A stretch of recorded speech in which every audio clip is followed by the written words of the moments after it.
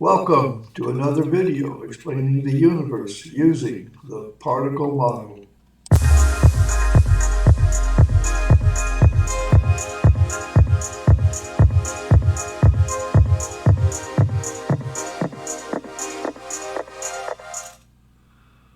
But before we get started, let me show you a short video with our logo for our new book.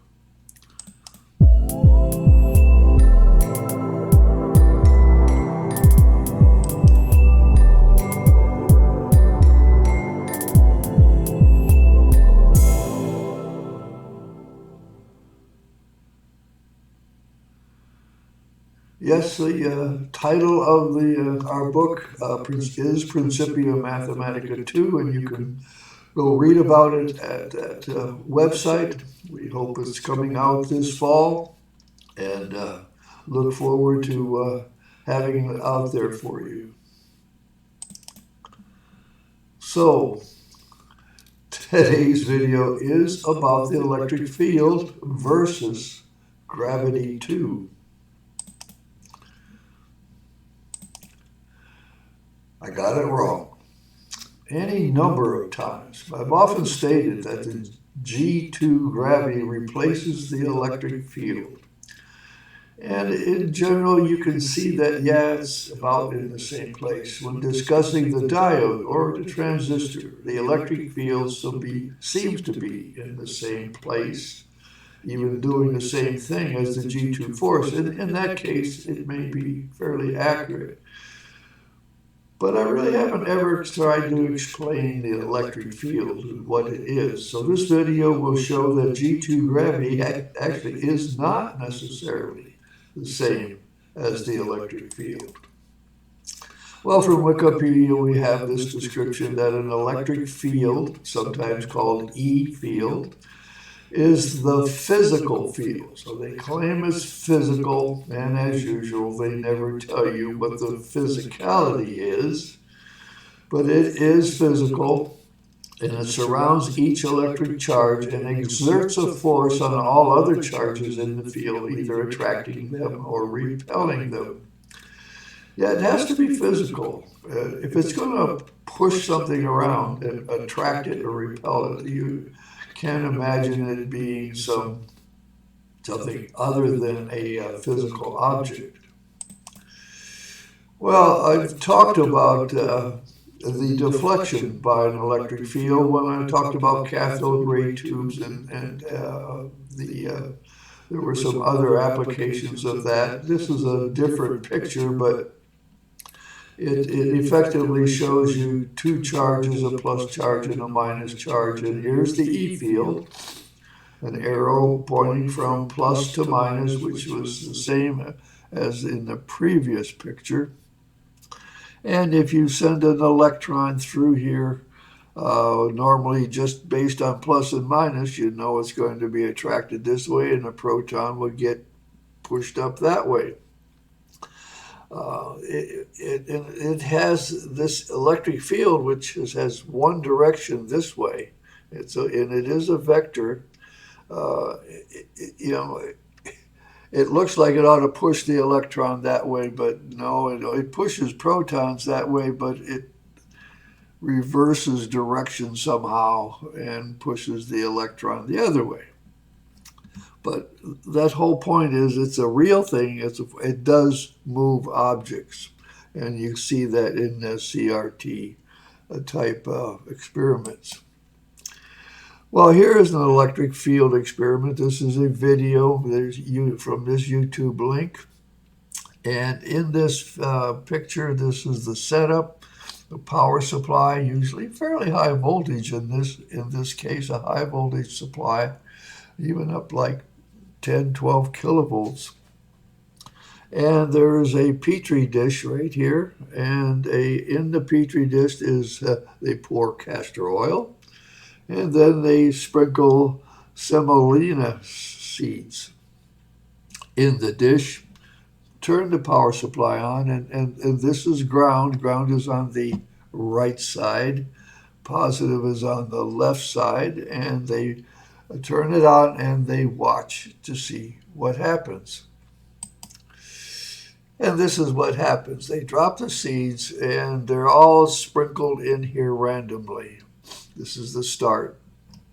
After 2 minutes, you start seeing these lines form, and these are actual seeds laying in various rows, some straight, some curved a little, some actually curved all the way around and back, coming around the other way. That's quite amazing. If the electric, these are the lines. When you do this experiment with this particular way, you know these things are moving. They were this way, now they're this way. They had to move, but you could watch. You watch real close, and you really can't see the motion, but all of a sudden, not all of a sudden, but then they're there. So you can't tell the motion now, or what's happening. Even though they'll have, this is the plus side, they'll say the electric field is from this point to this point. So we have 2-point charges put into the oil through these wires. So a good clear picture. I wanted to show this because it's a good clear picture of the field lines. And in this same video, he says, well, this is what he's got: plus on the left, minus on the right, and the field lines are this way. But I don't know how he knows the direction from that, because you really can't tell. Well, I stumbled on another experiment that involved dissolving crystals. This is the link. These are potassium permanganate, and that's K2, potassium manganese, and sulfate ion there, all as a crystal. They're dark color, actually, and this is the same setup, except now the negative ground is on the left and positive is on the right. So this is opposite, but it's the same thing. And he has just sprinkled in these crystals. You can't see it, but we're 12 seconds into the video. There's no audio except for music in this video, so there's no description of what's going on. You just kind of have to watch and see. So it starts, and as soon as it starts, you start seeing some motion. And at this point, between the time you started and you see it, you see these dark spots. Each one has a dark spot, and then there's a lighter red coming from that. And you can actually watch this one grow this way to the right, and you can actually see that. And then 8 seconds later, this is the same setup. You can see it has the same number up here, very few down here, and these lines, these things have grown even more. Well, these are not tails at all. They're moving this way. They're growing this way. Now, the crystal itself may be moving, but it's hard to see. But the tail, the dissolved part of the crystal, is moving out this way. They're all moving this way. You look up here, they're moving this way.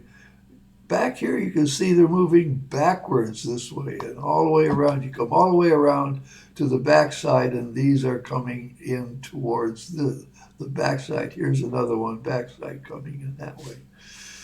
Pretty good picture, and it tells you the direction of something is moving from here to here, but it's got the paths are quite different, but organized, well organized. And when you have well organized paths, there's something there about gravity. That's what gravity does. Okay, so well, now if you take the particle model, right? You almost saw this coming if you watched any of my videos. Yeah, there's G1s coming in here, down to here, and look what's happening. As soon as they get down here to the oil, they scatter all in all. That's what they're scattering in all directions here. They're being attracted here in all directions. Uh, that's to me, if the G1 is coming here and it scatters and leaves this wire and starts heading towards the crystal and the crystal's dissolving, it's exactly what you're going to see. So what do we have here? What are these field lines? Well, you really don't know. You can't see the G1. Or if you want to say that's the electron coming through doing that, okay, that's fine, but you can't see it. But what you see is the effect. What we have is indirect evidence of the G1 moving in this direction, causing the dissolved portion of the crystal to spread out and telling us the direction. Another interesting side point about this when they come here and hit and scatter in all directions. I've often talked, or I don't know how often, but I have made several videos and mentioned one of my favorite transmitting type circuit like this, and that's the FM transmitter, radio transmitter. And the electronic circuit develops an FM signal and it sends it to an antenna, and I've said, well, it hits the antenna and it goes out in all directions. Now, if there was ever a clear visual of how an FM signal would leave an antenna, this is a pretty good indication as to how that FM signal gets out there in all directions. And keep in mind, this is just a two-dimensional picture. The scattering happens three-dimensionally. If you're in your car and you're parked in the parking lot at that station, you get a very strong signal, because all of these signals are going to come into your radio the further away you are. The G2 force that's controlling this, G2 gravity, it probably eventually loses control, and whatever, these particles are moving at speed c, and they're going to eventually just move in straight lines. And that's okay. It still, it still works. But to me, this is an amazing picture, giving a real visual of how radio signals exit an antenna and then propagate through space, locally controlled by G2 gravity, and still propagating further out. Well, here's a circuit of the same thing, and this is a Petri dish, and this is the negative point at the bottom and the positive point at the top, and this is the standard drawing with the electric field going plus to minus. And this shows a picture of a 12-volt battery. Maybe that should have been 12 kilovolts. 12-volt battery with G1s coming into here, and most of them, a lot of them surely go straight, but others go as this pattern shows. Now, these are numbers I typically use for a particle model circuit where the volts per particle is 1/10 of a volt, so a 12-volt battery will add 120 G1s to A to get B, and then B goes through. Well, this oil is conductive. It's clearly conductive. This is not an air gap, and so that's why most of them go through, but you still have to lose. I'm sorry, it's buried in there. You lose 120 in here, but most of them go through. Typically, if the interaction factor for this resistor, which I put there because I would have measured current, they never show measuring current. That's unfortunate, but the interaction factor of this value and the VG of that actually gives you an estimate of how many G1 particles here are at A. This is an approximation.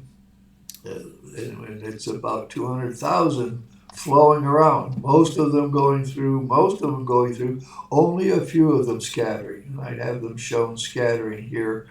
I did that outwards. They don't necessarily scatter just out. They could scatter up and down, but I've shown it that way.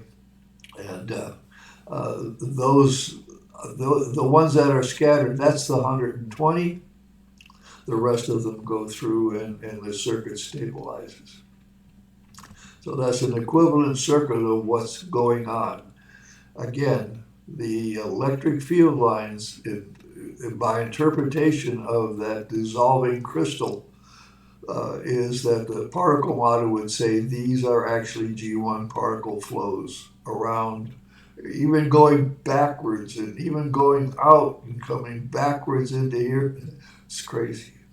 How the G2 forces control that. And you can see I've got them, just a few of them, but it's all around this thing, both horizontally, vertically, in all three directions.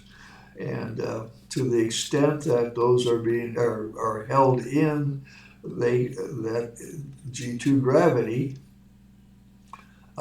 is what's controlling the path. Particles going at speed c, F2 controls the path, and there is no direction to this. Here they say electric field goes from plus to minus. This is balanced. This is a perfect circle, and the mass is evenly distributed. This is perfectly balanced, so there's an equal point in the middle. But there is a net force causing these to speed up going in and slow down coming out. That's typical, but those are incidental small speed changes that happen. Interesting comparison between the particle model interpretation of this experiment and their statement that it's an electric field going this way, either attracting or repelling. Well, this is another one. This is further on, almost to the end, and this time the ground is tied to a circular connector, a ring, and there's a point here. The point is positive, the ring is negative, and this is he's dropped a whole bunch of crystals in there, and they're all shown going. These are not tails again. These are. There's the heart, a crystal, and that it's pointing in the direction it's going. It's like an arrow as opposed to a tail of a comet. All of these are going towards here. All of them are going this way.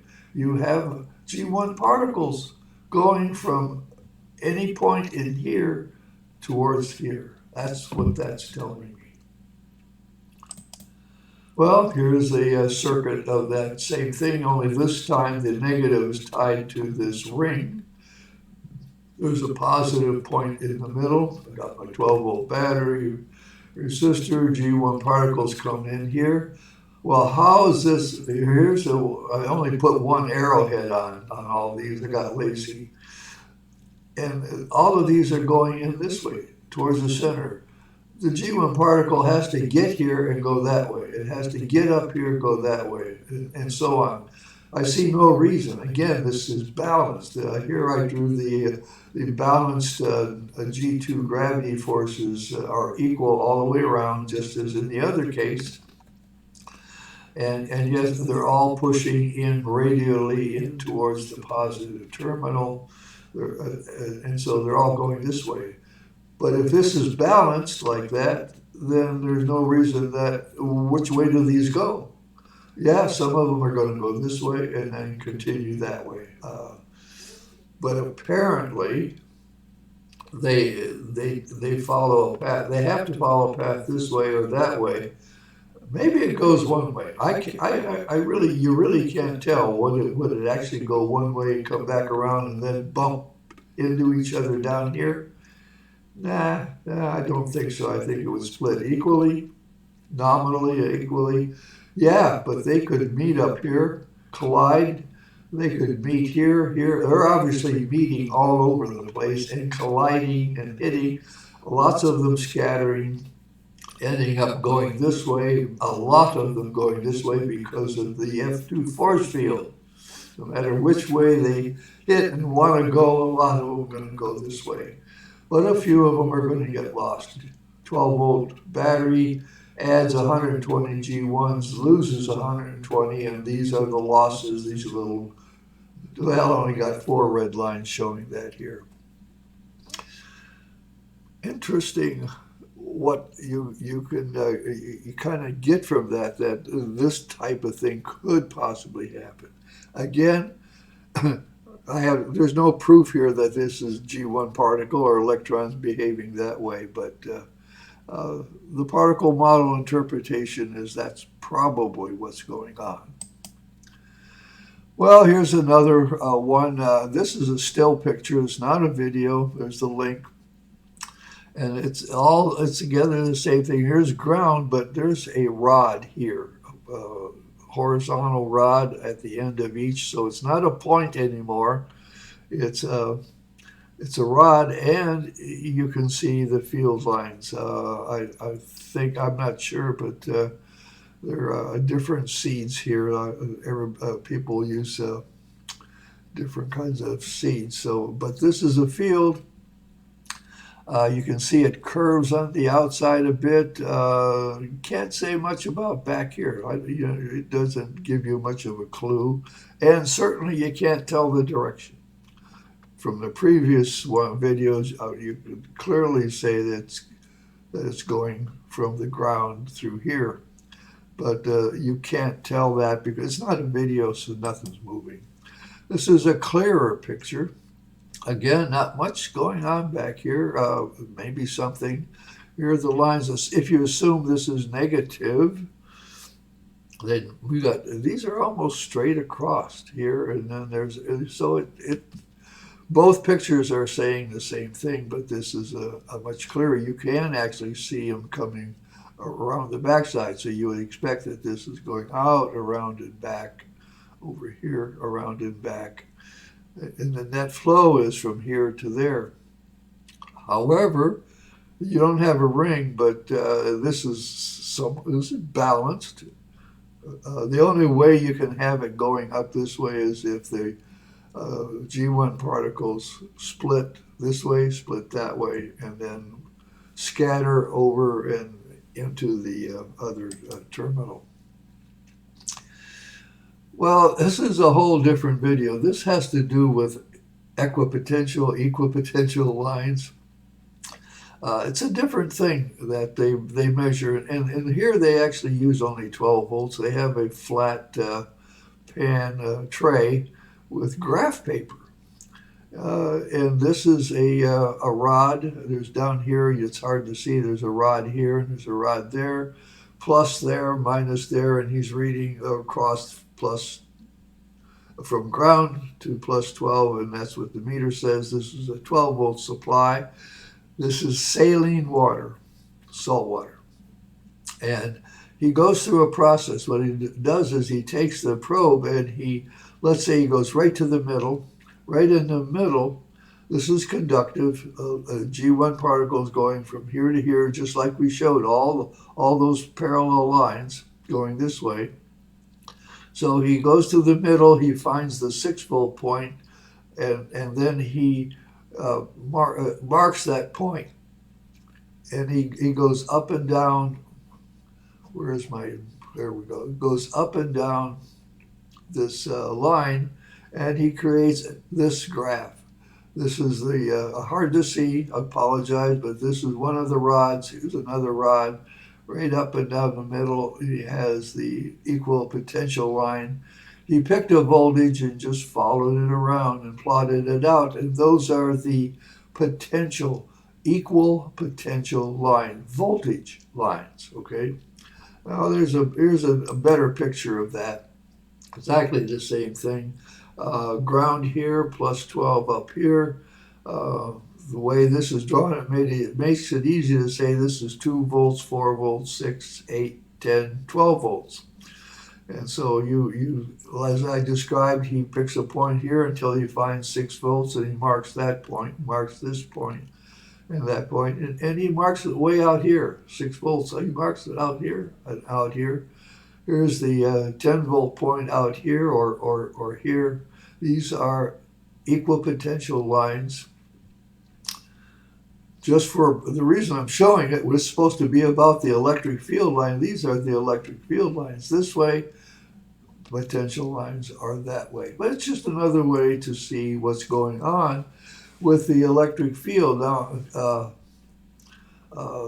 these lines don't tell you about the forces. It's the other experiments with the seeds and the crystals that give you that information.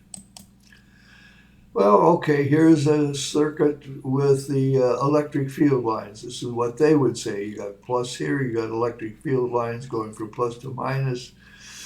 And yes, if you passed an electron here, it would go down. If you passed a proton through here, it would go up. This isn't the environment you do it in, but that's essentially what they're saying.